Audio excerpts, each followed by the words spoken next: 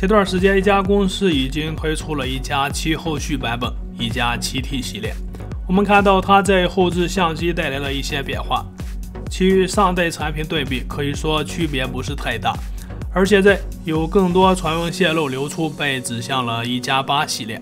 一加8将对之前设计有一定的改进，不再采用升降摄像头，改用为屏下挖孔镜头。另外，根据泄露图像显示，屏幕规格上，一加8系列这次在屏幕边框上也收紧得更窄，相比上代，它也有了更高的屏占比。一加8系列预将会推出2款产品，一加8和一加8 Pro， 它们都并支持 5G 网络。一加8的屏幕尺寸为 6.5 英寸，屏幕比例为20:9。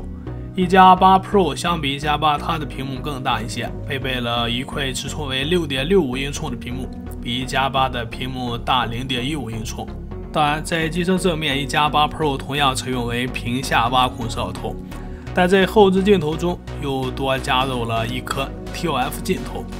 在机身的布置上，一加8 Pro 上的按钮、扬声器、USB-C 接口和 SIM 卡槽的位置与一加8一样，但它的厚度要比一加8厚 0.7 毫米，这其原因可能是来自更好的后置镜头模组导致。在屏幕刷新率上，一加8和一加8 Pro 系列的屏幕刷新率仍然均为90赫兹。自从上代一加7系列手机发布后，就有其带来的这项功能。在未来，我们都将会看到一加公司发布的所有智能手机都会配备有90赫兹的屏幕刷新率。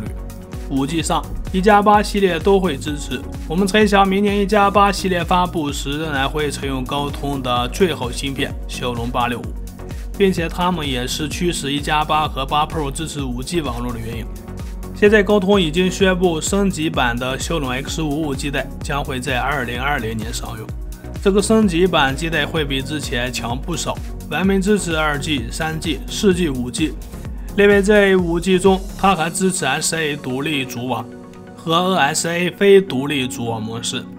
爆料还称，骁龙865将正是一个7纳米工艺带有集成 5G 调制解调器的芯片。这个 X55基带可能会被内置在芯片之中。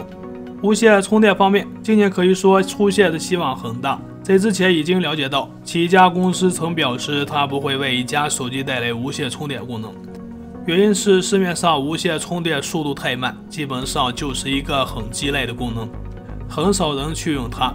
但现在情况有所不同，很多手机制造商已经推出了带有更快无线充电功率的智能手机，比如华为的新旗舰产品，在它的身上就已经能看到30瓦的无线充电功率。